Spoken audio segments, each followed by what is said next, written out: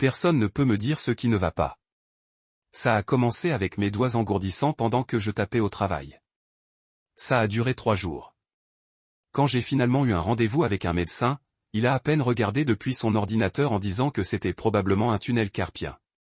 Une semaine plus tard, je me suis réveillé à ma colocataire Alina en cuisine de bacon et j'ai réalisé que je ne pouvais pas le sentir. J'ai collé mon nez directement au-dessus de la casserole, la graisse s'est glissée et m'a brûlé le visage, mais rien. Alina pensait que je plaisantais jusqu'à ce que je commence à pleurer. Le médecin des soins urgents m'a braillé le nez pendant 2 secondes et a prescrit des antibiotiques qui n'ont rien fait. Quand mon odeur est revenue 9 jours plus tard, tout allait mal. Le café sentait les centimes. La nourriture sentait les produits chimiques que je ne pouvais pas identifier. Puis Alina m'a trouvé dans la salle de bain à 3 heures du matin, en comptant les bleus sur mes jambes. 23, j'ai dit. Il n'y en avait que 7 ce matin. Les bleus étaient profonds, pourpres et douloureux, se répandant sur mes tibias et mes cuisses. Alina m'a conduit aux urgences où ils ont fait des analyses de sang pendant 4 heures. Tout est revenu normal. Parfois, les gens s'écrasent facilement. Le médecin a dit que le mal de tête a commencé lors d'une réunion importante. La pression derrière mon œil droit s'est construite si vite que j'ai gâché et pris mon visage. La douleur était si intense que j'ai vomi dans la poubelle de la salle de conférence pendant que tout le monde regardait. Puis il s'est arrêté instantanément. Le scanner à l'hôpital n'a rien montré. C'est probablement du stress, a dit le neurologue. Mes cheveux ont commencé à tomber dans des griffes en les lavant. Le dermatologue a dit que c'était talipsia areata. Probablement du stress. Mes articulations ont commencé à se disloquer quand j'ai trouvé des choses. Ma perception de profondeur a disparu et je suis entré dans les murs. Les sueurs nocturnes sont venues mais seulement du côté gauche de mon corps. Mes dents sont engourdies une par une. J'étais à la clinique Mayo après 6 hôpitaux différents n'avaient rien trouvé quand un jeune résident a demandé si quelqu'un dans ma famille avait le syndrome de Danlo-Taylor. J'ai dit non, personne. Et elle a froncé et a commandé un test génétique. De toute façon, les résultats sont revenus positifs pour un sous-type rare de DS qui a tout expliqué. L'engourdissement, les ecchymoses, les dislocations articulaires, même l'odeur déformée. C'était génétique, écrit dans mon ADN, hérité d'un parent. C'est définitivement familial. Le généticien a dit, un de vos parents doit l'avoir, mais ils ne le font pas. J'ai dit, ma mère est en parfaite santé. Mon père a couru des marathons jusqu'à ses 60 ans. C'est impossible, dit-elle. Cette variante ne se produit pas spontanément. C'est toujours hérité. J'ai appelé ma mère immédiatement. J'ai besoin que toi et papa soyez testés pour le syndrome de Danlo-Taylor. J'ai dit, qu'est-ce que c'est? Elle a demandé. C'est ce que j'ai. C'est génétique. L'un de vous doit l'avoir. Il y avait un long silence. Nous allons être testés, dit-elle. Les 2 tests sont revenus négatifs. Il doit y avoir une erreur. J'en ai parlé au généticien. On a couru 2 fois. Aucun de vos parents ne porte le gène. Alors comment je l'ai? Elle semblait mal à l'aise. Il n'y a que quelques explications à cela. Je savais ce qu'elle voulait dire. Soit je n'étais pas leur enfant biologique, soit l'un d'eux n'était pas mon parent biologique. J'ai affronté ma mère et elle a juré que je n'étais pas adopté, que mon père était mon père. Mais sa voix trembla quand elle le dit. Pendant ce temps, je devenais pire. Le diagnostic n'est pas venu avec un remède, juste un nom pour pourquoi je m'écroulais. Ma vision a commencé à entrer et sortir. Mon rythme cardiaque grimpait à 180 pendant que je restais assis. Je me suis évanoui à l'épicerie et je me suis réveillé chez les ambulanciers pour demander si je connaissais mon nom. Mon père a encore été testé dans un autre laboratoire. Négatif. Je me suis fait tester pour m'assurer que le diagnostic était juste. Toujours positif pour une condition génétique qui exigeait un parent pour l'avoir. Quelqu'un ment, Alina a dit en m'aidant à la salle de bain parce que je ne pouvais pas marcher sans mes genoux se bercer. J'ai engagé une société privée pour faire un test de paternité en utilisant les cheveux de la brosse à cheveux de mon père. En attendant les résultats, mes mains ont commencé à contracter des griffes. Ma peau est devenue si fragile qu'elle s'est déchirée si je l'ai griffée. J'ai dû utiliser un fauteuil roulant parce que mes hanches n'arrêtaient pas de se détacher. Les résultats de paternité ont confirmé que mon père était mon père biologique. Donc, j'ai fait tester ma mère dans 3 laboratoires différents. Tous négatifs. C'est médicalement impossible. Le dernier médecin a dit, vous avez une maladie génétique qui nécessite l'héritage parental, mais aucun des parents ne porte le gène. Qu'est-ce que ça veut dire? J'ai demandé. Je ne sais pas, il a dit. Je n'ai jamais rien vu de tel. Ma mère a cessé de répondre à mes appels après le 3e test. Mon père a dit qu'elle était stressée. Mais quand je suis venu chez eux sans prévenir, j'ai trouvé les boîtes d'emballage. Où vas-tu? J'ai demandé à mon fauteuil roulant. On a juste besoin de temps, dit ma mère, ne pas me regarder. De quoi? D'après moi, vous mentez sur quelque chose. On n'a rien menti. Mais ses mains tremblaient alors qu'elle enregistrait une boîte fermée. Je mourais d'une maladie génétique qui ne pouvait pas exister dans mon corps à moins que quelqu'un ait menti sur qui j'étais. Et mes parents fuyaient au lieu de me donner des réponses. Ma langue s'est engourdie ce soir-là. Ma gorge a commencé à avoir des spasmes qui ont rendu difficile à avaler. Alina m'a trouvé à l'étage des toilettes le lendemain matin. Mes articulations si lâches que je ne pouvais pas supporter. Ma peau était couverte de larmes de la moindre pression. Et quand elle a appelé mes parents, leur numéro avait été déconnecté. La sœur d'Alina est arrivée dans 40 minutes. Elle a travaillé la nuit à l'hôpital et est venue directement de son service avec encore des gommages. Ils m'ont soulevé du sol de la salle de bain ensemble, supportant mon poids tandis que mes articulations sentaient qu'ils pourraient se détacher complètement. Chaque mouvement a envoyé des douleurs aiguës à travers mes hanches et mes épaules. Ils m'ont mis sur mon lit et m'ont entouré d'oreillers, les plaçant sous mes genoux et le long de mes côtés pour garder tout stable. La sœur d'Alina a vérifié mon pouls et a regardé les larmes dans ma peau d'où j'étais couché sur la tuile. Elle n'a pas dit grand-chose, mais son visage s'est inquiété. Après maître. Qu'elle pouvait faire? Quand la réunion s'est terminée, ma mère s'est levée et a hésité comme si elle essayait de m'embrasser, mais elle s'est arrêtée et est partie. Alina m'a ramené à la voiture et j'ai pleuré tout le trajet. Pas parce que j'étais triste, mais parce que quelque chose avait changé et que je ne savais pas comment y penser. Léa est venue le lendemain matin pour m'aider à trouver une routine quotidienne durable. Elle travaillait avec moi depuis quelques semaines et comprenait mes limites mieux que la plupart des gens. Elle a apporté un carnet et on a tracé mes niveaux d'énergie tout au long de la journée. Le matin était mon meilleur moment quand je pouvais m'asseoir et me concentrer. Les après-midi étaient plus difficiles et j'avais généralement besoin de m'allonger. Bonsoir, mon rythme cardiaque est devenu instable et j'avais besoin de rester calme. Nous avons planifié mes activités autour de ces modèles au lieu d'essayer de les combattre. Léa m'a montré comment utiliser l'équipement adaptatif que j'avais évité, comme la chaise de douche et l'outil d'accroche pour atteindre les choses. Elle m'a enseigné des stratégies de conservation d'énergie comme s'asseoir pendant la cuisson et faire des tâches en petits morceaux au lieu du tout à la fois. L'acceptation qui est venue avec la planification autour de mes limites au lieu de les combattre constamment a apporté cette paix inattendue. Je n'abandonnais pas la maladie et je ne la laisserai pas gagner. J'étais juste réaliste sur ce que mon corps pouvait gérer et travailler dans ses limites. C'était comme la première fois depuis des mois que j'avais cessé de me battre contre ma propre existence. La paperasse est arrivée de travail 2 semaines plus tard dans une épaisse enveloppe qu'Alina a apportée à ma chambre. Je l'ai ouvert assis contre des oreillers et lu à travers les formulaires de retraite médicale avec leurs timbres officiels et leurs signatures. Tout a été traité et final. Mon superviseur avait joint une note manuscrite sur l'entête de l'entreprise disant qu'ils appréciaient mon travail et me considéraient pour des projets de consultation à distance si ma santé s'améliorait suffisamment pour gérer les heures à temps partiel. J'ai lu cette ligne 3 fois. Ce n'était pas une promesse ou une offre d'emploi, juste une reconnaissance que la porte n'était pas complètement fermée. Je me sentais triste de perdre ma carrière, mais aussi soulagé que quelqu'un ait pensé que je pourrais avoir quelque chose à offrir à nouveau un jour. J'ai signé les formulaires finaux et les ai placés dans le dossier avec tous mes autres documents officiels. Cet après-midi, je me suis assis sur mon ordinateur et j'ai ouvert le dossier où j'avais tout sauvé de mon enquête sur le mystère génétique.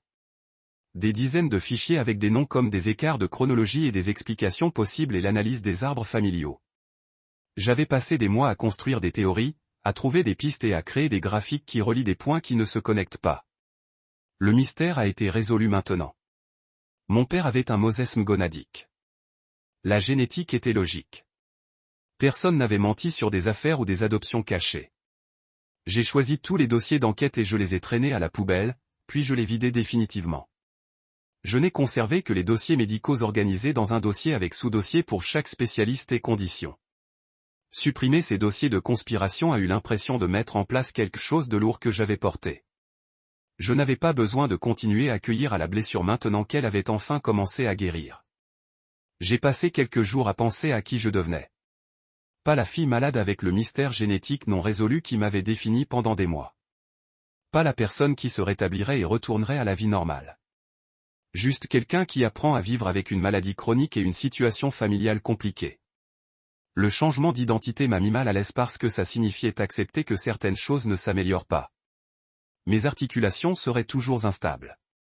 Mon cœur aurait toujours des problèmes de rythme. Mes parents portent toujours la culpabilité et la peur de ce qui s'est passé. Mais l'acceptation se sentait plus honnête que de prétendre que tout finirait par revenir à comment c'était avant que je tombe malade.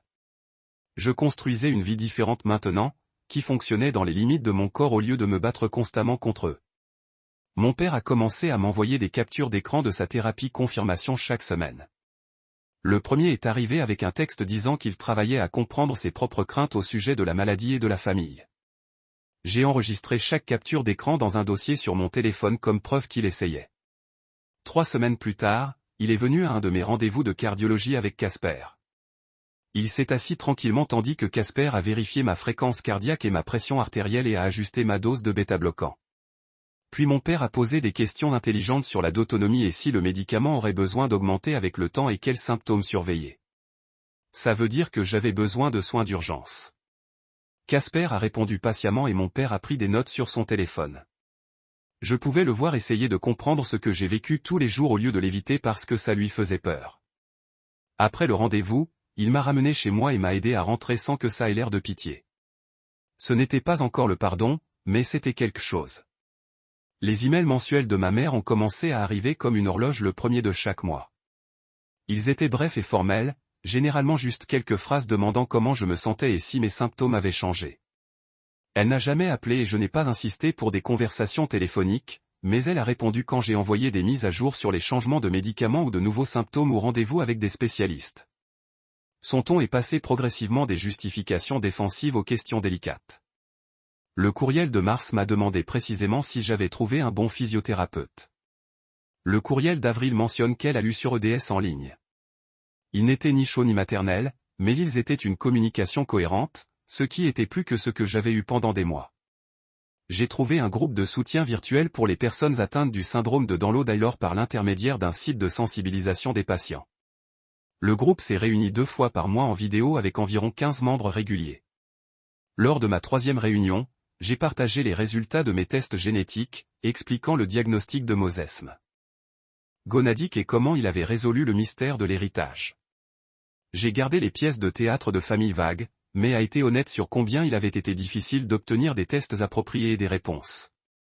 Après la réunion, 2 personnes m'ont envoyé des messages privés me remerciant d'être prêt à discuter en détail du processus de dépistage génétique.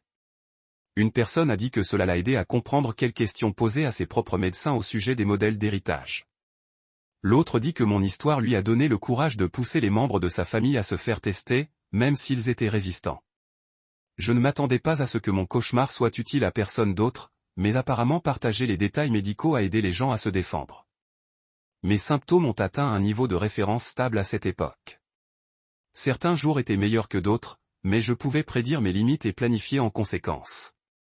Ma matinée était mon meilleur moment pour l'activité. Après-midi nécessaire repos. Mon rythme cardiaque est devenu instable et j'avais besoin de rester calme.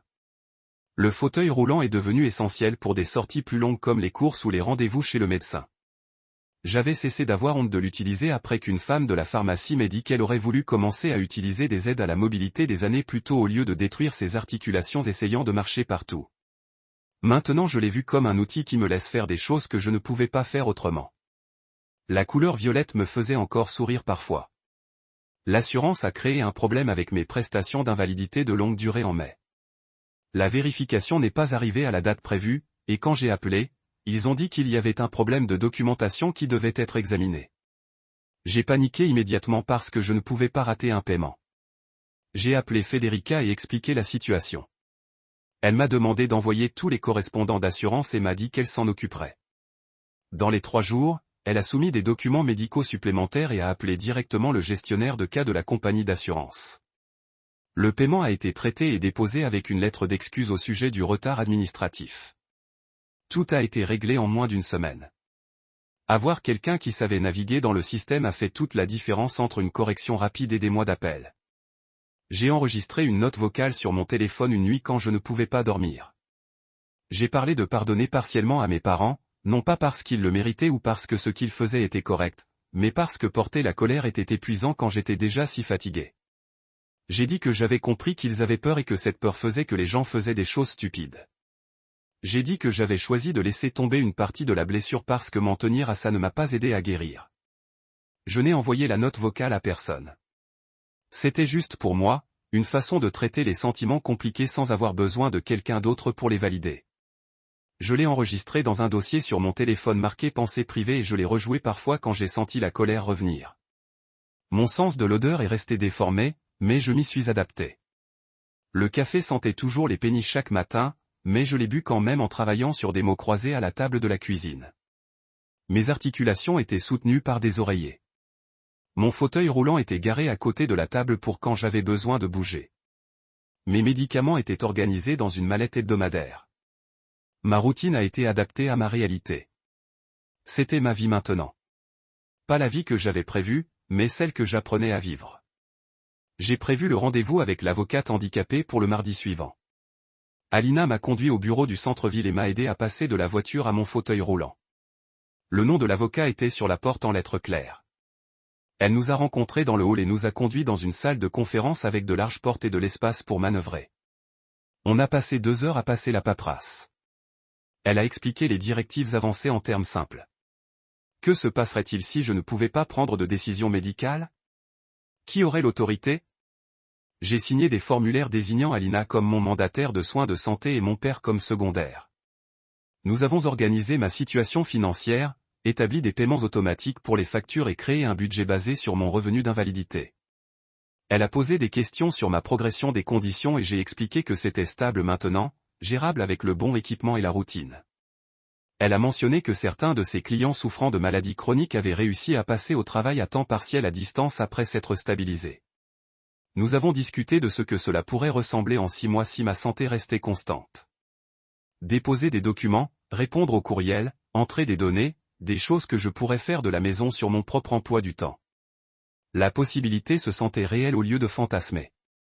J'ai quitté son bureau avec des copies de tout dans un dossier, mes finances organisées, mon avenir cartographié en termes pratiques au lieu de simplement la peur. Une semaine plus tard, mon père m'a pris pour déjeuner. Il avait étudié les restaurants à l'avance et en avait trouvé un avec un parking accessible et de larges allées entre les tables. L'hôtesse nous a assis à une table d'angle avec place pour mon fauteuil roulant. Nous avons commandé de la nourriture et parlé de ses séances de thérapie, des médicaments qui aidaient mon rythme cardiaque rester stable. À la moitié du repas, son téléphone bourdonnait sur la table. Il regarda l'écran et son visage changea. Il a tourné le téléphone vers moi sans rien dire. Le texto était de ma mère demandant comment je vais. Mon père m'a regardé et m'a demandé s'il pouvait lui dire que ça allait bien. J'ai dit oui. Il a tapé une réponse pendant que je regardais. Ce n'était pas la famille avec qui j'avais grandi, celle qui s'est effondrée quand tout s'est compliqué, mais c'était quelque chose que nous construisions maintenant. Plus petit et plus prudent, plus honnête qu'auparavant. Enfin assez stable pour tenir. C'est comme ça que ça s'est passé de mon côté, mais je sais que vous le voyez différemment. Dites-moi votre version dans les commentaires. J'adore lire à travers toutes les différentes prises. Tu rends toujours l'histoire plus grande que jamais. Assurée de pouvoir respirer et de ne pas empirer, elle est partie dormir.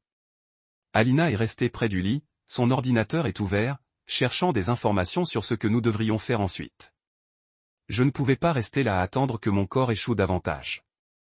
J'ai demandé à Alina de m'apporter mon ordinateur et j'ai commencé à construire un tableur.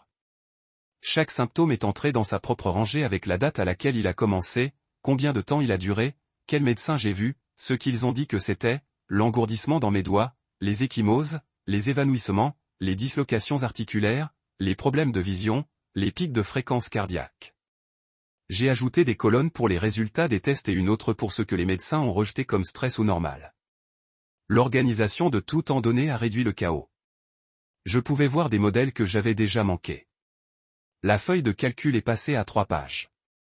Ça m'a pris 6 heures parce que mes mains n'arrêtaient pas de me serrer et je devais les reposer toutes les quelques minutes. Mais quand j'ai fini, j'ai eu un record complet de 6 mois de mystère médical. Ce n'était plus une crise familiale. C'était un projet de recherche et je savais comment gérer la recherche. L'arbre téléphonique de la compagnie d'assurance m'a fait presser 7 numéros différents avant d'atteindre une personne réelle. La représentante s'est ennuyée quand elle a demandé comment elle pouvait aider. J'ai expliqué que j'avais besoin d'une autorisation pour consulter un spécialiste des troubles génétiques rares. Elle m'a mis en attente. La musique était terrible. Quand elle est revenue, elle a dit que j'avais besoin d'une recommandation de mon médecin de première ligne. Je lui ai dit que mon médecin principal était celui qui a dit que c'était un tunnel carpien et n'a rien fait. Elle m'a encore mis en attente. Cette fois, j'ai attendu 12 minutes.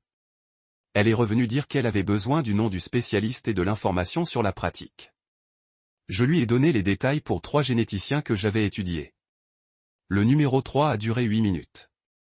Elle est revenue disant qu'aucun d'entre eux n'était en réseau. Je lui ai demandé de trouver quelqu'un en réseau qui se spécialise dans les modèles d'héritage inhabituels.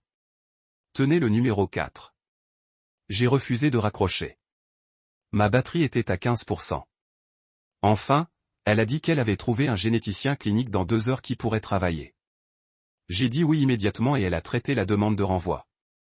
Mes mains se sont serrées pendant que j'ai tapé le courriel à mon superviseur.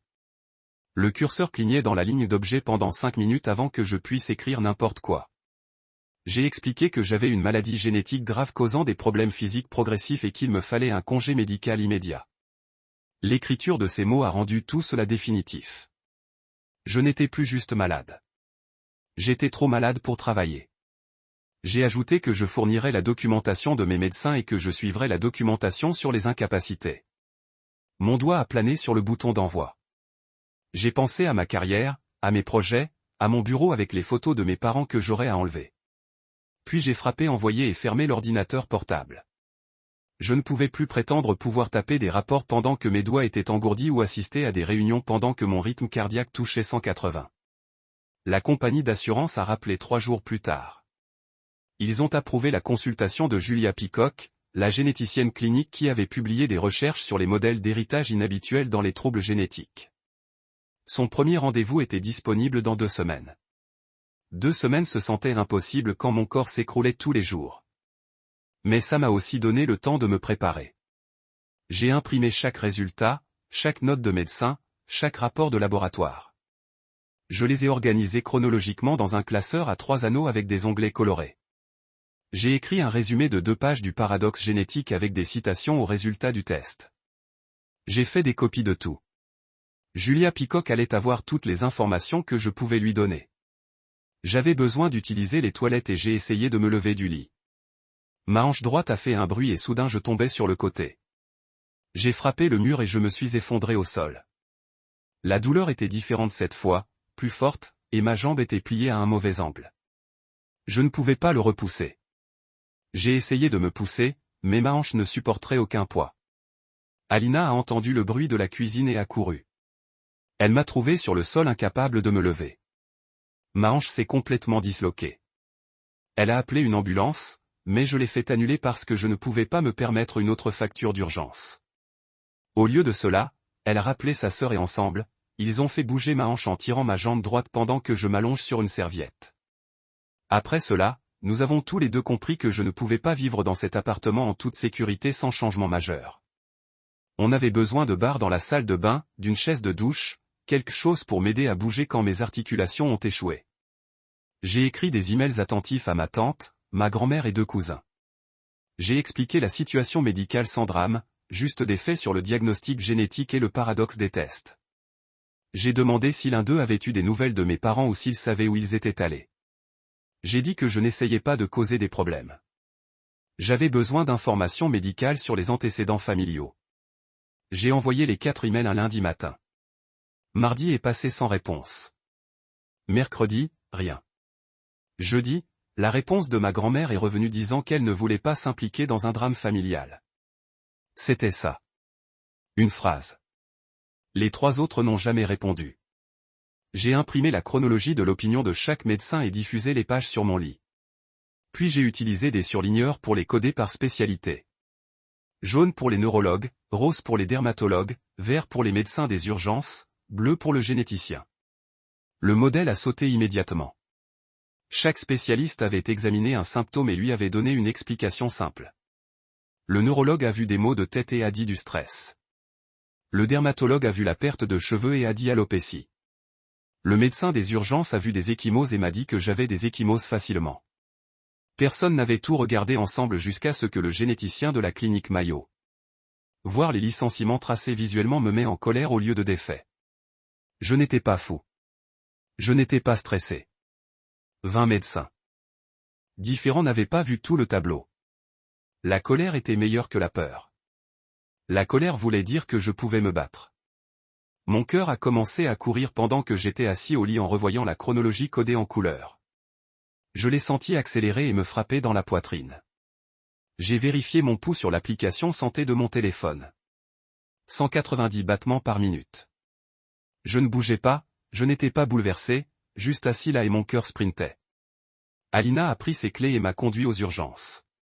Ils m'ont ramené immédiatement quand je leur ai dit ma fréquence cardiaque. Ils m'ont branché à un moniteur cardiaque et m'ont admis pour une observation de nuit. Le moniteur a montré que ma fréquence cardiaque sautait entre 90 et 185 sans motif. Un médecin est venu, un autre que j'avais vu auparavant, et avait l'air inquiet au lieu de suggérer que c'était de l'anxiété. Il a commandé d'autres tests et dit qu'il me garderait jusqu'à ce qu'il comprenne ce qui causait les fluctuations.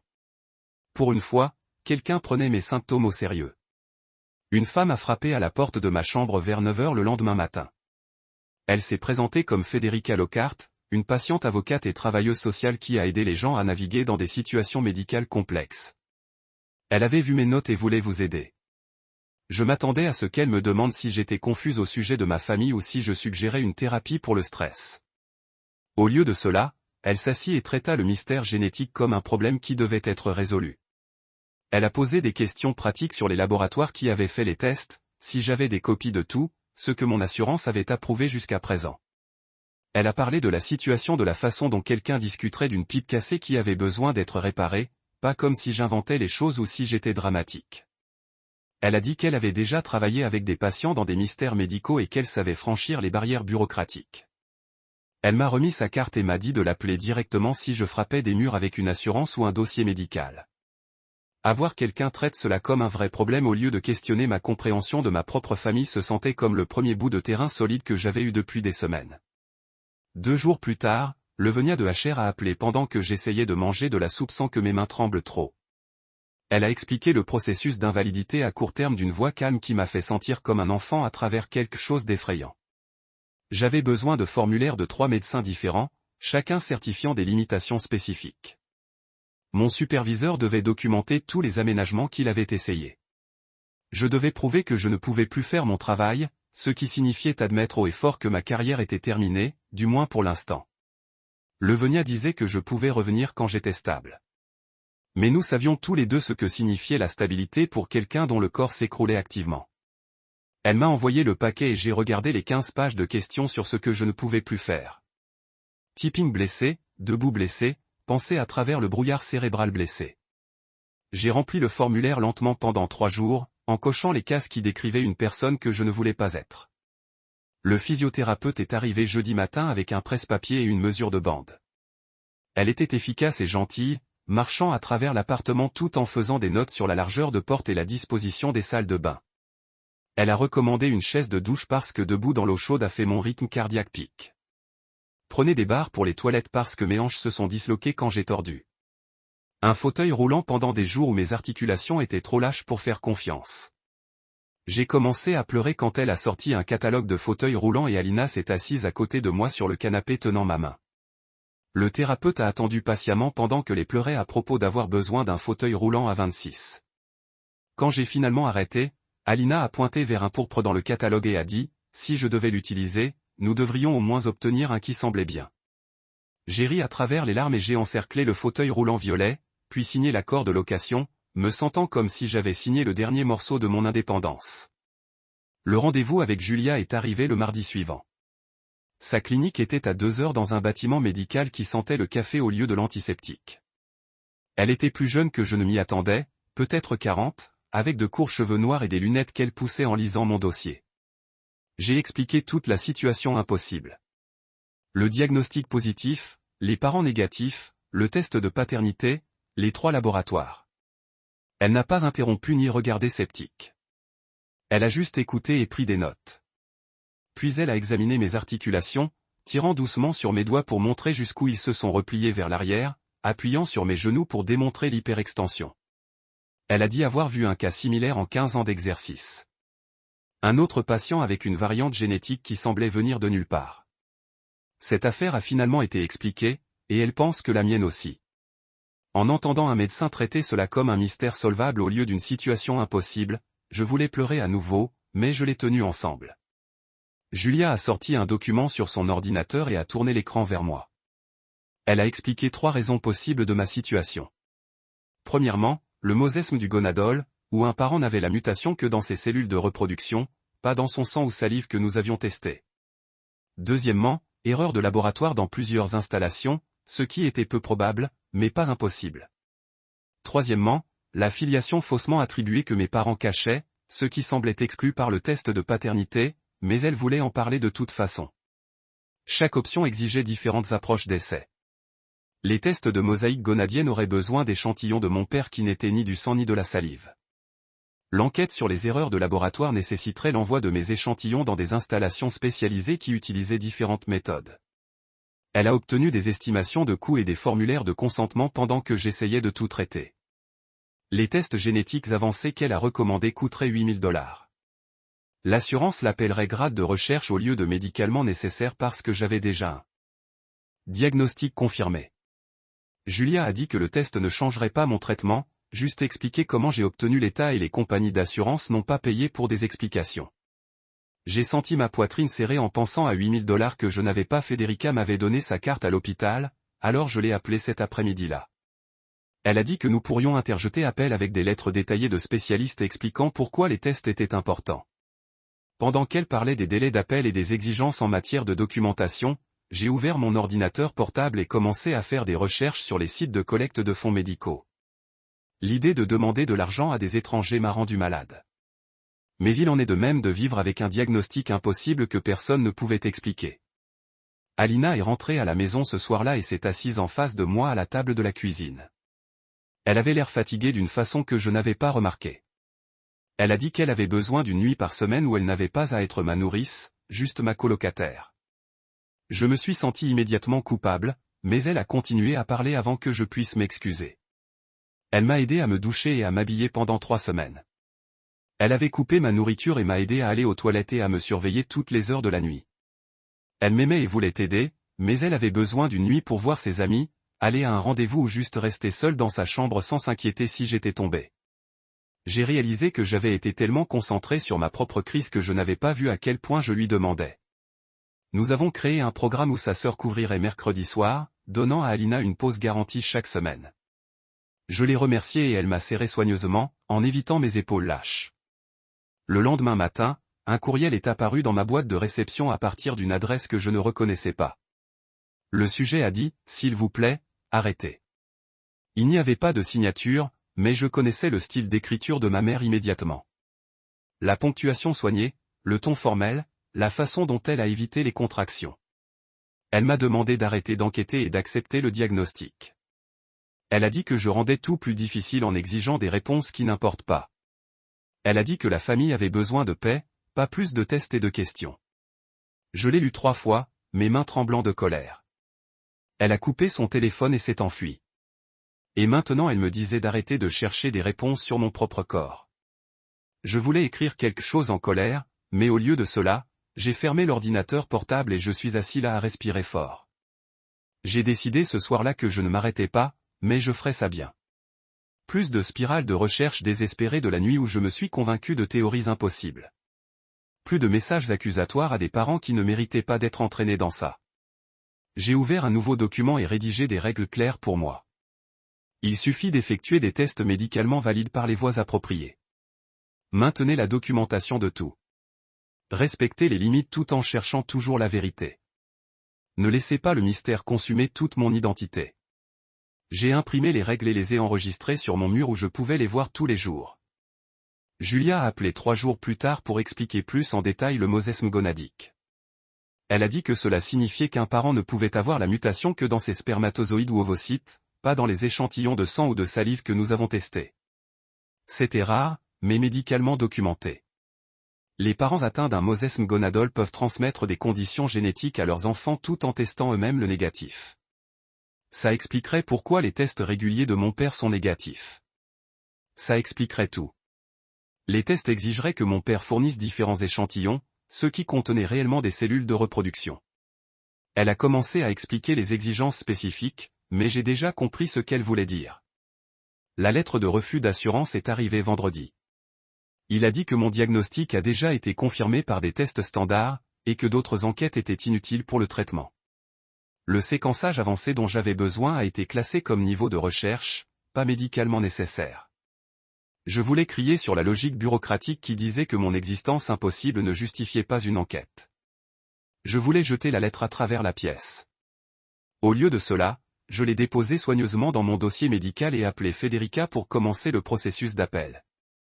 2 jours plus tard, j'étais à l'épicerie en train de chercher des fournitures de base quand tout s'est mal passé. Je touchais une boîte de pâtes sur l'étagère supérieure quand ma vision a commencé à devenir floue autour des bords.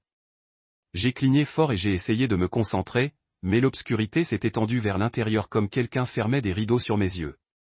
Ma main a complètement raté l'étagère et je me suis senti basculer latéralement. Le monde est devenu complètement noir et j'ai entendu le crash avant de le sentir. Des étagères en métal, des boîtes de conserve qui frappent le sol, mon corps qui clame dans quelque chose de dur. Alors rien. Je me suis réveillé sur le visage d'un étranger qui planait sur le mien et des voix me demandant si je pouvais les entendre. Quelqu'un me tenait la tête et me disait de ne pas bouger. Les ambulanciers sont arrivés et ont commencé à poser des questions en m'attachant à une planche. Ils voulaient savoir mon nom, quel jour c'était, où j'étais. Je connaissais toutes les réponses, mais mon cœur battait tellement fort de honte que je pouvais à peine sortir les mots. Tout le monde dans le magasin me regardait pendant qu'ils me roulaient devant les couloirs de caisse. L'ambulance était un flou de machines à bip et d'autres questions. Ils ont pris ma pression artérielle 3 fois et ont continué à se renseigner sur la drogue ou l'alcool. Je voulais crier que j'avais une maladie diagnostiquée, mais au lieu de cela, je me suis senti brûler avec embarras.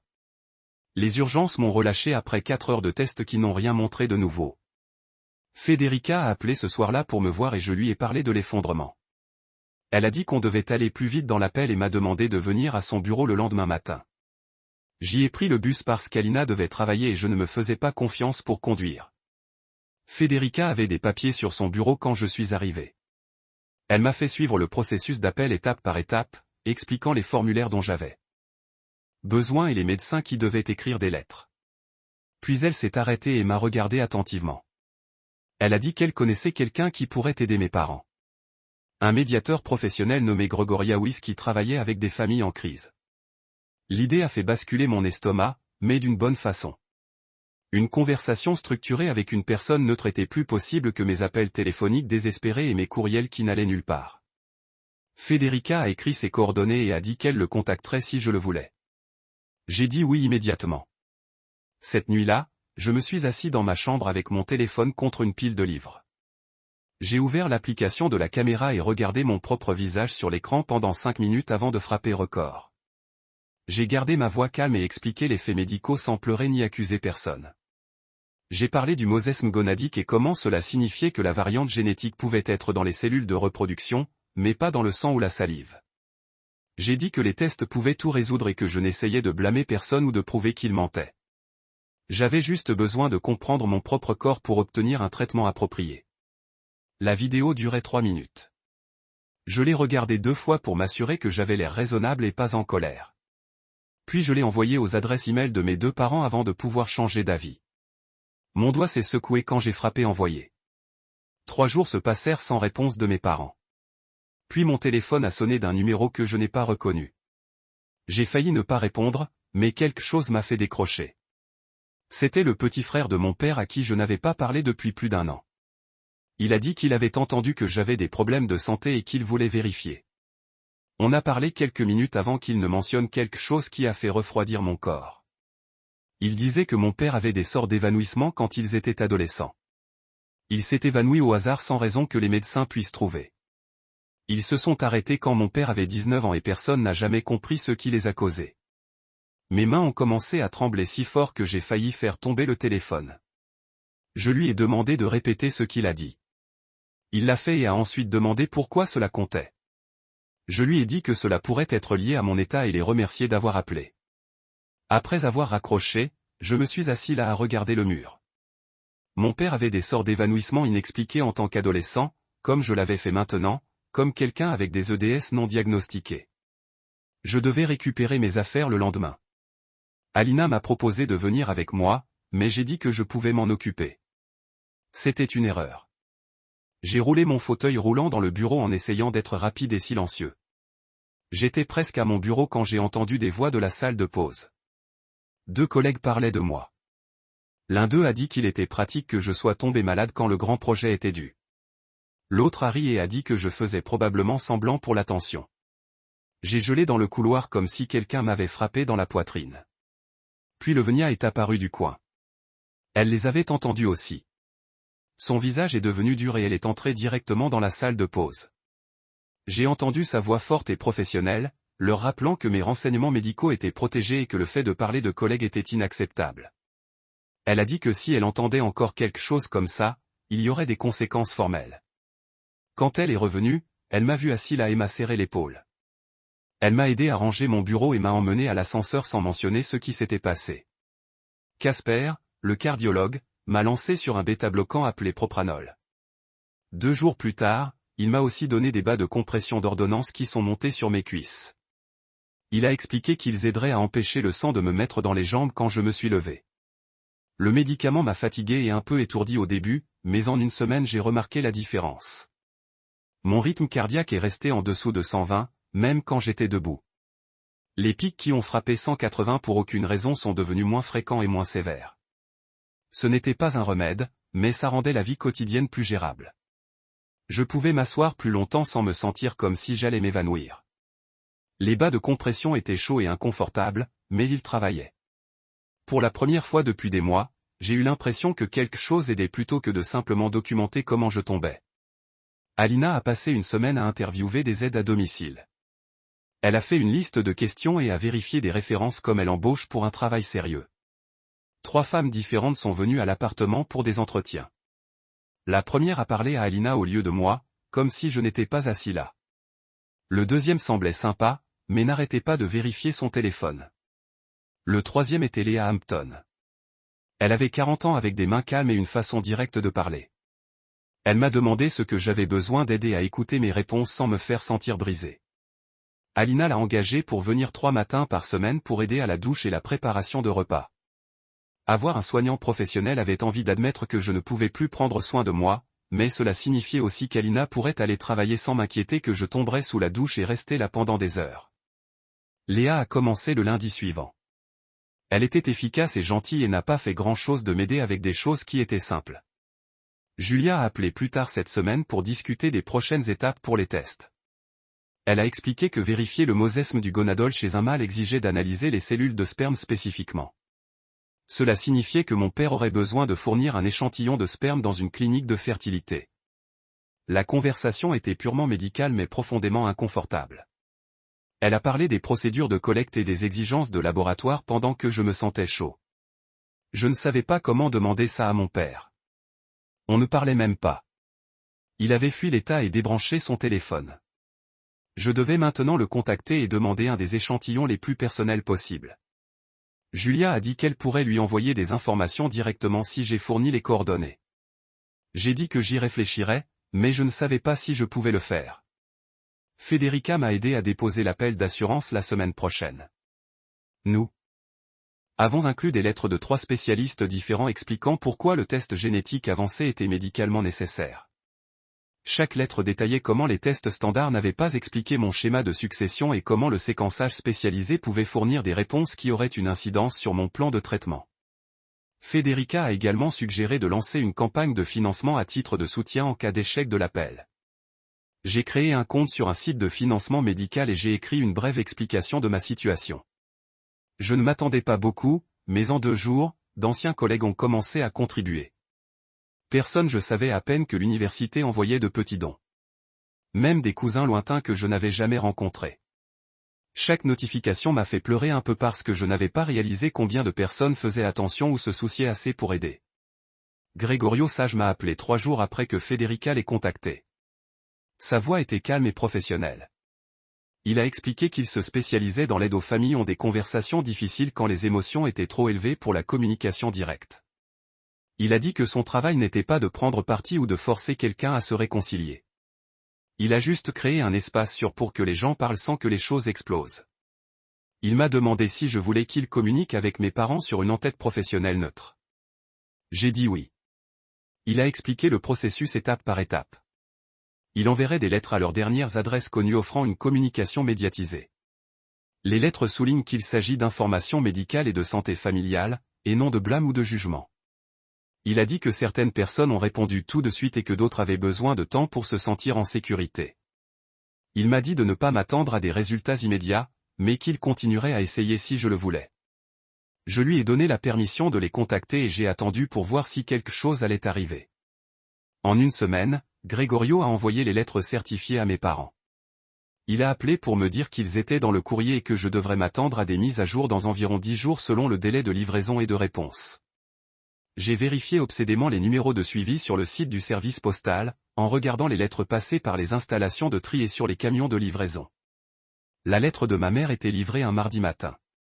3 jours plus tard, il est apparu dans ma boîte aux lettres avec retour à l'expéditeur défilé sur le devant dans son écriture.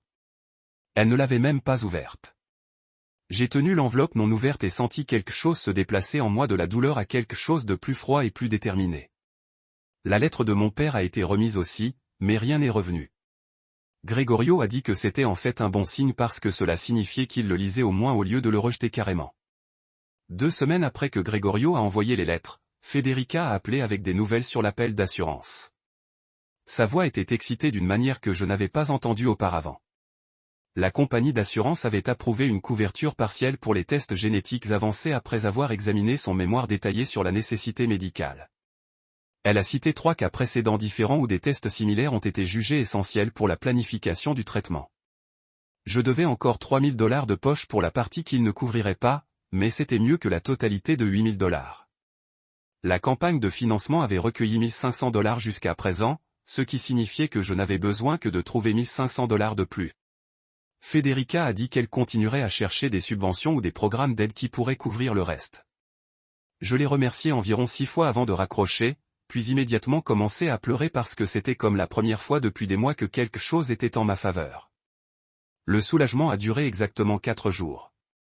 J'étais assise dans le lit pour trouver un verre d'eau sur la table de nuit quand mes 2 épaules se sont disloquées en même temps. La douleur était si soudaine et complète que je ne pouvais même pas crier. J'ai juste gelé avec mes bras sous des angles bizarres. Impossible de les déplacer ou de joindre mon téléphone. Alina était dans la cuisine et a entendu le verre frapper le sol quand mes mains ont spasomède. Elle m'a trouvé assis là, avec des larmes sur mon visage, mes épaules visiblement hors de la place, et elle a saisi ses clés sans rien dire. Le médecin des urgences a déplacé les 2 articulations en 20 minutes, mais la douleur était incroyable même avec les médicaments. Ils m'ont admis la nuit pour observation parce que le chirurgien orthopédique voulait me voir le matin. Il est venu dans ma chambre à 7 heures, a examiné mes articulations et a parlé de stratégies de protection conjointes agressives. Il a utilisé des mots comme l'aide à temps plein et l'aide à la vie quotidienne d'une manière qui a montré clairement qu'il pensait que je ne pouvais plus me débrouiller seul.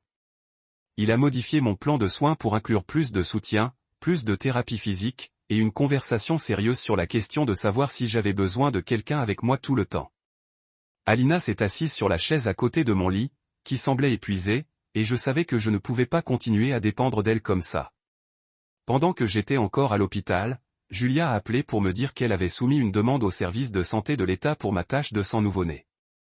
Chaque bébé né dans l'État est testé pour des conditions génétiques, et ils gardent un échantillon de sang séché dans le dossier pendant des années. S'ils avaient encore le mien, ils pourraient le tester pour confirmer si j'avais la variante génétique dès la naissance. Cela prouverait que je n'ai pas été changé à la naissance à l'hôpital, ce qui était l'une des dernières explications alternatives que tout le monde pouvait trouver. L'État a dit qu'il faudrait de 4 à 6 semaines pour localiser l'échantillon et effectuer les tests. 6 semaines se sont senties pour toujours quand je tombais plus vite chaque jour. Les résultats sont revenus dans 5 semaines au lieu de 6. Julia m'a appelé elle-même au lieu d'envoyer le rapport par le portail des patients. La tache de sang nouveau-né a confirmé que la variante génétique était présente à la naissance, écrite dans mon ADN à partir du premier jour. Les dossiers de l'hôpital correspondaient à ma mère en tant que mère inscrite sur la liste de tous les documents avec sa signature sur le certificat de naissance et les formulaires de dépistage du nouveau-né. Cela a éliminé toute possibilité de changement de scénario de bébé ou de mensonge d'adoption. Je suis né de ma mère qui portait une maladie génétique qu'elle n'avait pas. L'impossibilité médicale a été documentée dès le début de ma vie. 2 jours après les résultats des taches de sang, Julia a appelé à nouveau avec les résultats du séquençage génétique avancé de longue raid.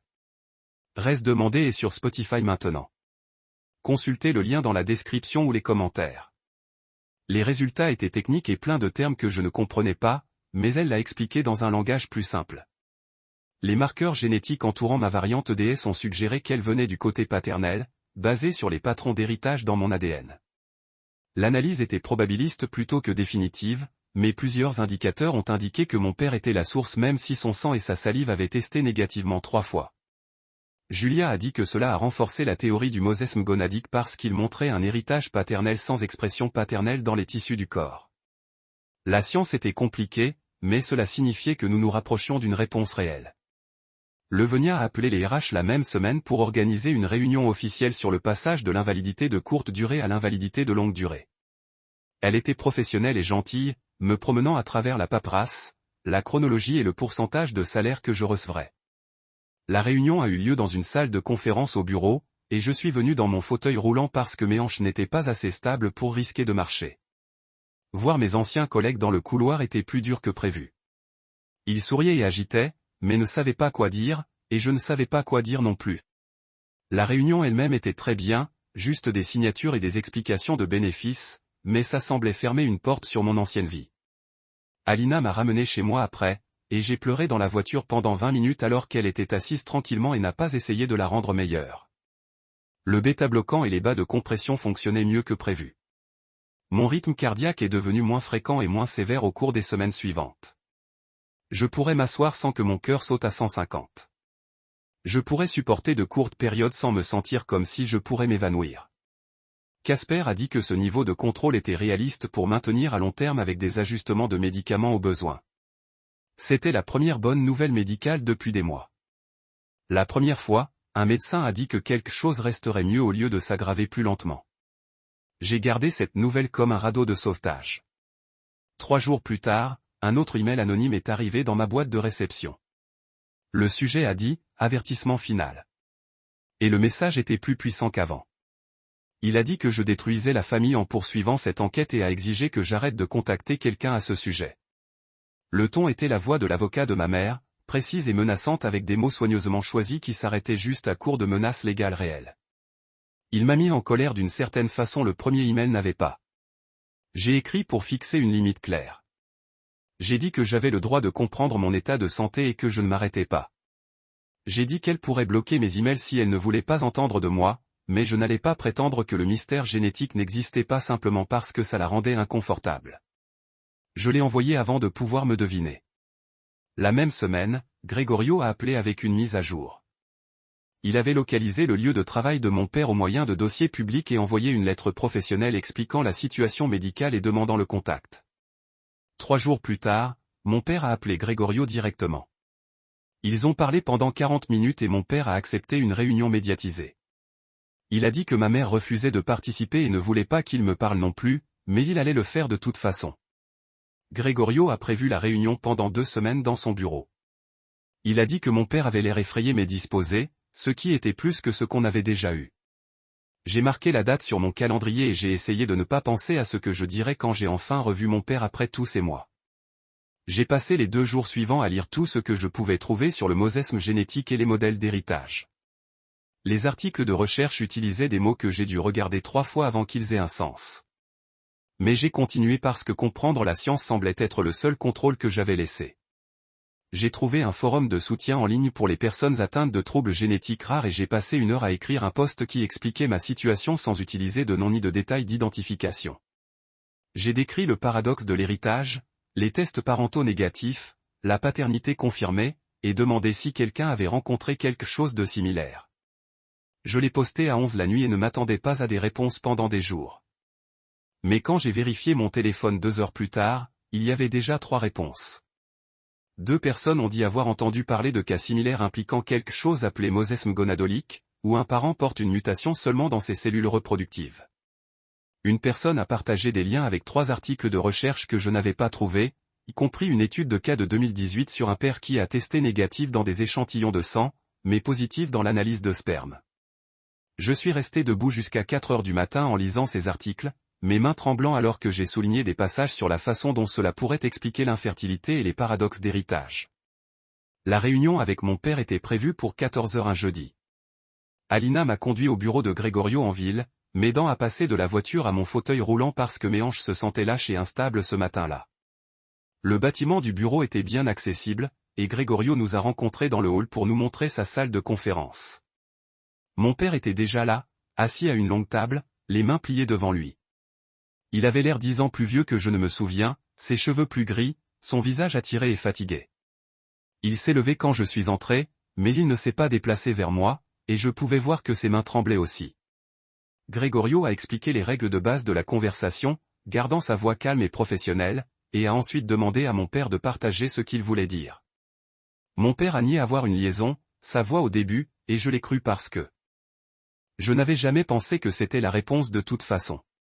Puis il s'est arrêté et a regardé la table pendant longtemps avant de dire que lui et ma mère avaient utilisé IVF pour me concevoir parce qu'il avait des problèmes de fertilité. Les mots ont accroché dans l'air pendant que mon cerveau a essayé de traiter ce que cela signifiait.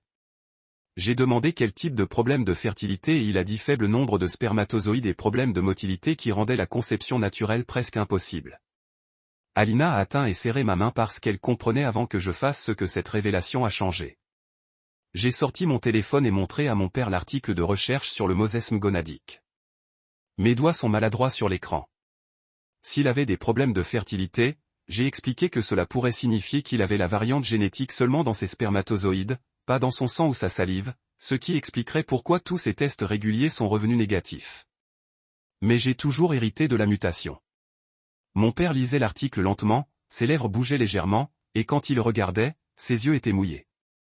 Gregorio a demandé s'il serait prêt à fournir des échantillons pour des tests plus détaillés, et mon père a dit oui immédiatement, comme il attendait que quelqu'un le donne pour prouver la vérité. Gregorio avait déjà préparé des formulaires de consentement pour l'analyse multimatière, y compris l'analyse du sperme, avec des documents sur la chaîne de garde pour s'assurer que le laboratoire ne pouvait pas faire d'erreur. Mon père a tout signé avec serré la main, sa signature messier que je me suis souvenu des cartes d'anniversaire et les permissions de l'école. Il avait l'air à la fois effrayé et soulagé, comme s'il avait porté quelque chose de lourd et pouvait enfin le poser. Nous nous sommes assis dans la salle de conférence pendant une autre heure tandis que Gregorio a expliqué le calendrier des tests et ce que les résultats pourraient montrer. Le labo aurait besoin de 2 semaines pour tout traiter, à nouveau le sang et la salive de mon père comme des témoins, puis faire un séquençage génétique détaillé sur l'échantillon de sperme pour chercher la présence de faibles niveaux de ma variante. Mon père m'a posé des questions techniques qui m'ont surpris sur les taux d'erreur et les intervalles de confiance, et j'ai réalisé qu'il avait lu ça aussi. Quand on a enfin quitté le bureau, mon père nous a emmenés à la voiture et a demandé s'il pouvait m'appeler dans quelques jours. J'ai dit oui, et il a touché mon épaule brièvement avant de partir, et j'ai pleuré dans le siège passager pendant qu'Alina nous conduisait à la maison. Les 2 prochaines semaines ont bougé comme du sirop, tous les jours s'étirant pendant que j'attendais les résultats. Julia a appelé pour confirmer qu'elle avait reçu les échantillons de mon père, et le labo avait commencé à les traiter. Elle a dit que le sang et la salive reviendraient en premier, probablement en 1 semaine, et que l'analyse du sperme prendrait plus de temps parce qu'il devait séquencer suffisamment de cellules pour détecter le mosesme de bas niveau. J'ai essayé de me distraire avec des exercices de physiothérapie et des réunions de groupe de soutien en ligne, mais mon esprit a continué à tourner vers l'attente. Mon père a appelé 3 fois pendant ces 2 semaines, de courtes conversations où il a demandé ce que je ressentais et m'a parlé d'articles qu'il avait trouvés sur la gestion d'EDS. Les appels étaient embarrassants mais authentiques, et je pouvais l'entendre essayer de reconstruire quelque chose entre nous. Le 9e jour, Julia a appelé pour dire que le sang et la salive de mon père étaient de retour, les 2 négatifs à nouveau, exactement comme avant. Mon estomac est tombé jusqu'à ce qu'elle me rappelle que c'était en fait ce que nous espérions voir s'il avait un mosesme gonadique. Les résultats de sperme étaient ce qui comptait et ceux-ci seraient prêts dans 3 jours de plus. Le jour 12, je me suis réveillé avec mon rythme cardiaque à 160, tout en étant allongé au lit. J'ai essayé les exercices de respiration que Casper m'avait appris, mais mon cœur a continué à courir, ma poitrine serrée et mes mains tremblant si fort que je ne pouvais pas tenir mon téléphone. Alina m'a entendu s'évanouir et est venue courir, appeler mon père sans demander parce qu'elle savait que j'avais besoin d'aide et qu'elle ne pouvait pas me déplacer seule. Mon père est arrivé 20 minutes plus tard, se laissant entrer avec la clé. Alina l'a balayé, il a aidé Alina à me positionner avec mes jambes élevées et mes bas de compression sur ses mains douces et compétentes comme il l'avait fait avant. Il est resté pendant que nous attendions que mon rythme cardiaque descende, assis dans la cuisine avec sa tête dans ses mains. Et quand je me suis finalement endormi d'épuisement, je me suis réveillé 2 heures plus tard pour le trouver encore là. Alina m'a dit plus tard qu'elle l'avait vu pleurer tranquillement à la table de la cuisine, ses épaules tremblant alors qu'il essayait de rester silencieux. Le jour 14, Julia a appelé avec les résultats de séquençage de sperme préliminaire. Elle a dit qu'ils avaient trouvé la présence de faibles niveaux de ma variante DS dans environ 8% des spermatozoïdes de mon père, qui était le mosesme gonadique manuel. Sa voix était excitée d'une manière professionnelle, expliquant que cela a prouvé définitivement comment j'ai hérité d'une mutation. Le corps de mon père n'exprimait pas dans ses cellules régulières. La présence de 8% explique à la fois son infertilité et mon héritage. Et elle a dit que c'était exactement le genre de cas qui devait être documenté dans la littérature médicale. Je lui ai demandé d'appeler mon père directement et de lui expliquer parce que je voulais qu'il l'apprenne par un médecin que cela prouve qu'il disait la vérité. Elle l'a appelé cet après-midi-là et il m'a rappelé 1 heure plus tard, sa voix brisant alors qu'il essayait de parler. Il a expliqué entre sobs que lui et ma mère avaient fui parce qu'ils étaient si effrayés. Les gens penseraient que ma mère avait une liaison, que la honte et la peur du jugement les avaient fait courir au lieu de rester pour trouver des réponses. Ils n'arrêtaient pas de s'excuser, disant qu'ils avaient été stupides et lâches, qu'ils laisseraient leur peur me blesser quand j'en avais le plus besoin. Je les laissais pleurer et s'excuser sans interrompre parce qu'ils devaient le dire et j'avais besoin de l'entendre. Quand il a finalement cessé de parler, je lui ai dit que je comprenais pourquoi ils avaient peur, mais ça n'a pas permis qu'il soit parti. Il a accepté et a dit qu'il allait à la thérapie et voulait faire mieux. 3 jours après le retour des résultats, j'ai reçu un courriel officiel d'un cabinet d'avocats que je ne reconnaissais pas. Le courriel m'a été adressé avec le formatage légal approprié, et le message a dit que ma mère demandait que je cesse tout contact direct avec elle et que toute communication future devrait passer par son avocat. Le langage était froid et précis, menaçant les allégations de harcèlement si je continuais de communiquer avec elle ou avec d'autres membres de ma famille. Mais notamment, l'email n'a rien dit sur la communication de mon père avec moi, et cette absence s'est avérée significative. Ma mère traçait une ligne entre elle et moi, mais elle n'essayait pas d'empêcher mon père de la traverser. J'ai lu l'email 5 fois, à la recherche de significations cachées ou de douceur qui n'étaient pas là, et puis je l'ai enregistré dans un dossier et décidé que je ne répondrais pas. Le Venia de RH a appelé le lendemain matin pour finaliser ma transition vers une invalidité de longue durée. Elle m'a passé par la paperasse confirmant mon statut, expliquant que je recevrais 60% de mon salaire et que mon assurance maladie continuerait à cotiser si je payais les primes. Elle a répondu à toutes mes questions sur le calendrier des prestations et ce qui se passerait si ma condition s'améliorait suffisamment pour retourner au travail un jour. Sa patience avec ma confusion m'a fait me sentir moins stupide pour ne pas comprendre les termes de l'assurance et les règlements sur l'invalidité. Elle a dit que le premier paiement arriverait dans 2 semaines et que je devrais l'appeler directement si j'avais des problèmes avec le traitement. Je l'ai remerciée et je le pensais parce qu'elle avait fait un processus compliqué et effrayant se sentir gérable. Elle a prévu un appel de suivi avec moi la semaine prochaine pour s'assurer que tout allait bien. Casper a appelé 2 jours plus tard pour parler de changer mes doses de médicaments. Il voulait augmenter légèrement le bêta-bloquant et ajouter un 2e médicament qui aiderait à la mise en commun du sang dans mes jambes. Je me suis assis sur mon lit avec un cahier écrivant tout ce qu'il a dit sur le timing et les effets secondaires. Le nouveau plan signifiait prendre des pilules 3 fois par jour au lieu de 2 fois, mais il pensait que cela m'aiderait à m'asseoir plus longtemps sans que mon cœur devienne fou. Il avait raison. En 1 semaine, je pourrais m'asseoir à mon bureau pendant 30 minutes avant de me sentir étourdi au lieu de 10 seulement. Les bas de compression ont encore aidé, et je les portais tous les jours, même s'ils étaient mal à l'aise et ont fait mes jambes démangeaisons. Ce n'était pas comme si j'étais meilleur ou proche de la normale. Mais je pourrais fonctionner de petites manières qui se sentaient énormes. Je pourrais manger le petit déjeuner assis à la table au lieu de rester au lit. Je pourrais discuter avec des gens sans avoir besoin de m'allonger à mi-chemin. Mon niveau de référence était encore assez mauvais par rapport aux gens en bonne santé, mais il était durable d'une manière les mois précédents n'avaient pas été. J'ai commencé à penser à ce qui est arrivé maintenant que le mystère génétique avait une réponse. Mon père avait une mosaïque gonadique qui signifiait que la mutation n'était que dans ses cellules de sperme et c'est pourquoi tous ses autres tests sont revenus négatifs. Aucune liaison, aucun mensonge, juste une biologie rare pour laquelle personne n'a pensé tester jusqu'à ce que Julia le suggère. Je voulais que ma mère le sache. Je voulais qu'elle comprenne que toute la course et la cachette avaient été pour rien parce que personne n'a rien fait de mal. J'ai ouvert mon ordinateur portable et j'ai commencé à lui écrire un courriel, mais c'était trop décontracté pour ce que je devais dire. J'ai imprimé du papier blanc et je l'ai écrit à la main. Mes doigts se cramponnaient après le premier paragraphe parce que mes articulations étaient encore instables. La lettre m'a pris 3 heures pour écrire. J'ai expliqué le mosesme gonadique en termes simples sans utiliser trop de langage médical.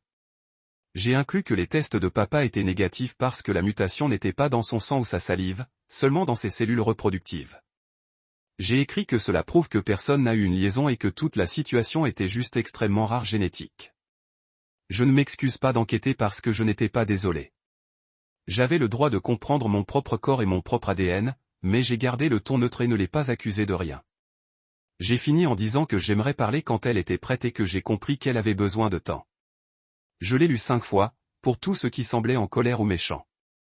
Puis je l'ai mis dans une enveloppe et ai demandé à Alina de me l'envoyer parce que je n'avais pas l'énergie d'aller à la poste. Federica a appelé la même semaine et a dit que Julia voulait nous rencontrer tous les deux pour parler de la préparation à un éventuel contact familial. Elle nous a suggéré de jouer un rôle dans des conversations difficiles, donc je saurais quoi dire si ma mère répondait. Je les ai rencontrés au bureau de Federica, qui était dans un immeuble près de l'hôpital. Le bureau avait des chaises confortables et des plantes partout, ce qui a fait qu'il se sentait moins clinique que la plupart des endroits que j'avais été récemment. Julia m'a demandé ce que je voulais d'une conversation avec ma mère si c'était arrivé. J'y ai pensé un moment avant de répondre. Je voulais qu'elle reconnaisse qu'elle m'avait abandonné pendant une crise médicale. Je voulais qu'elle admette que la fuite avait été erronée, mais je ne voulais pas demander des excuses parce que je n'étais pas sûr de les croire de toute façon. Julia a joué ma mère et Federica a regardé pendant que je m'entraînais à dire ce que je devais dire. Le jeu de rôle s'est senti stupide au début, mais ensuite il a vraiment aidé. Julia a fait semblant d'être défensive et a fait des excuses, et j'ai pratiqué rester calme au lieu de me mettre en colère. Nous avons vécu différents scénarios, y compris un où ma mère a refusé de reconnaître tout acte répréhensible. Federica m'a aidé à identifier mes frontières, comme ce que je voulais et ne voulais pas accepter en termes de contact futur. À la fin de la session, je me sentais plus préparé et moins effrayé par la possibilité de revoir ma mère. Le rapport final est arrivé par la poste une semaine plus tard. Il y avait 20 pages avec des graphiques détaillés et un langage technique que je ne comprenais pas bien, mais le résumé était clair. Mon père avait une mosaïque gonale avec la variante DS présente dans 8% de ses spermatozoïdes, mais complètement absente dans son sang, salive et les échantillons de tissu cutané. Julia avait inclus une note disant que c'était un manuel rare et demandant si je consentirais à ce que l'affaire soit publiée dans un journal médical avec mes informations d'identification retirées. Elle pensait que cela pourrait aider d'autres familles qui ont rencontré des mystères d'héritage similaires. Je l'ai appelée pour lui poser des questions sur la signification de l'édition. Elle a expliqué qu'ils écrivaient tout le dossier, y compris tous les tests que nous avons faits et le diagnostic final. Aucun nom ni aucun renseignement personnel ne serait inclus. D'autres médecins et chercheurs en génétique pourraient le lire et apprendre de ce qui m'est arrivé. J'ai dit oui immédiatement parce que si mon cauchemar pouvait aider même une autre personne à éviter la même confusion et la destruction de la famille, alors cela en valait la peine. Julia a prévu un autre rendez-vous pour passer en revue tout en détail et parler de ce que les résultats signifiaient aller de l'avant. Je suis allé à son bureau la semaine suivante avec Alina qui me conduisait parce que j'avais une mauvaise journée commune. Julia m'a parcouru toute la page du rapport, expliquant la science en termes que je pouvais réellement comprendre. Elle m'a montré les résultats spécifiques qui ont prouvé le mosesme et a expliqué pourquoi c'était si difficile à attraper avec des tests génétiques standards. Puis elle a parlé de ce que cela signifiait pour tous les futurs frères et sœurs que je pourrais avoir ou pour mes propres décisions en matière de procréation si jamais je voulais des enfants. Chacun des spermatozoïdes de mon père avait une chance de 8% de porter la mutation, ce qui signifiait que tous les futurs enfants qu'il avait auraient environ 8% de risque de porter la mutation. Pour moi, si je tombais enceinte, j'aurais 50% de chance de le transmettre à mon enfant parce que j'ai définitivement porté la mutation dans toutes mes cellules. En entendant la science expliquer a clairement apporté ce mélange étrange de soulagement et de colère. Soulagement parce que j'ai finalement compris ce qui est arrivé à mon corps et pourquoi l'héritage semblait impossible. La colère parce que cette réponse avait été disponible il y a des mois si mes parents venaient de rester et d'aider au lieu de courir. S'ils avaient travaillé avec les médecins dès le début, on aurait pu comprendre ça beaucoup plus vite. Je n'aurais pas passé des mois à penser que quelqu'un avait menti sur ma paternité ou que j'avais été adopté. Julia semblait comprendre ce que je ressentais sans que je doive l'expliquer. Elle a dit que beaucoup de familles luttaient avec un diagnostic génétique rare et que les retombées émotionnelles étaient souvent aussi dures que les symptômes physiques. Je suis rentré chez moi et j'ai passé la soirée à réfléchir à ce qu'il fallait faire avec l'information. Une partie de moi voulait envoyer les résultats à chaque membre de la famille qui avait ignoré mes emails ou pris le parti de ma mère. Je voulais prouver que j'avais raison d'enquêter et que le mystère médical était réel et soluble. Mais assis là dans mon fauteuil roulant avec mes articulations douloureuses et mon rythme cardiaque élevé juste de l'effort d'existant, j'ai réalisé que la justification n'avait pas autant d'importance que je le pensais. Preuve, j'avais raison de ne pas réparer ma relation avec ma mère ou de faire travailler mon corps mieux.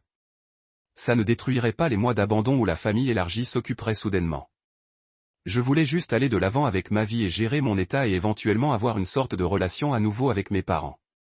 La vérité était suffisante pour moi et pour mon équipe médicale. Je n'avais pas besoin de l'utiliser comme arme. Gregorio a appelé quelques jours plus tard pour m'informer de ses tentatives de contacter ma mère. Il avait envoyé une autre lettre à sa dernière adresse connue, soulignant cette fois que la question génétique a été complètement résolue et que toute réunion serait axée sur la réparation familiale plutôt que la faute. Il a dit clairement qu'elle pouvait y penser sans délai ni pression. Il a dit qu'il l'avait conçue comme une opportunité plutôt qu'une demande. Je l'ai remercié et j'ai essayé de ne pas susciter mes espoirs. 3 semaines passèrent sans réponse, et j'ai commencé à accepter que ma mère ne soit jamais prête à parler. Gregorio a appelé pour dire qu'elle avait accepté une brève rencontre avec lui en tant que médiateur. Mes mains ont commencé à trembler quand il m'a dit. La réunion était prévue le mardi suivant à son bureau. J'aurais 2 heures pour préparer ce matin et Alina m'a proposé de venir avec moi. Quand mardi est arrivé, j'ai mis de vrais vêtements au lieu de pyjama pour la première fois depuis des semaines. Alina m'a conduit au bureau de Gregorio et m'a aidé à sortir mon fauteuil roulant de la voiture. Ma mère était déjà là quand nous sommes arrivés, assis dans une des chaises, à l'air raide et inconfortable. Elle ne s'est pas levée à mon arrivée. Gregorio nous a accueillis et a expliqué les règles de base qu'il avait établies. C'était un espace de conversation honnête sans accusation ni attaque. L'une ou l'autre peut prendre une pause ou terminer la réunion à tout moment. L'objectif était de déterminer si un contact permanent était possible et à quoi cela pourrait ressembler. Ma mère avait l'air plus âgée que je ne me souviens. Elle a gardé ses mains repliées sur ses genoux et n'a pas eu de contact visuel avec moi au début. Gregorio lui a demandé si elle voulait commencer par partager son point de vue. Elle a parlé pendant 10 minutes de sa peur quand le test génétique n'avait aucun sens. Elle a dit qu'elle avait paniqué à propos de ce que ça ferait aux gens et a craint que tout le monde pense qu'elle avait une liaison. Elle a admis que la fuite avait été erronée et qu'elle avait honte de m'abandonner pendant une crise médicale. Sa voix s'est effondrée quand elle a mentionné le processus de FIV et combien il avait été traumatisant d'essayer de tomber enceinte. Elle a dit qu'avoir affaire à mon mystère génétique avait ramené toute cette vieille douleur et peur. J'ai écouté sans interrompre parce que Gregorio m'avait dit de la laisser finir. Quand elle a fini, j'ai expliqué calmement que je comprenais avoir peur, mais que sa peur ne m'excuse pas de me laisser seul quand je tombais physiquement. J'ai dit que j'avais besoin de mes parents et qu'ils avaient choisi leur réputation pour ma santé. Ma mère a hurlé et essuyé les yeux, mais elle ne s'est pas disputée. Gregorio nous a guidés vers parler de contacts futurs au lieu de rester concentrés sur le passé. Nous avons passé 1 heure à élaborer des règles qui nous semblaient gérables. Ma mère a accepté de répondre aux mises à jour mensuelles sur la santé par courriel. Elle a dit qu'elle envisagerait d'appeler dans quelques mois après avoir eu plus de temps pour tout traiter. Ce n'était ni la réconciliation ni le pardon, mais la communication. C'était plus que ce que j'avais eu depuis des mois. Je lui ai dit que c'était acceptable et que je ne ferais pas plus que ce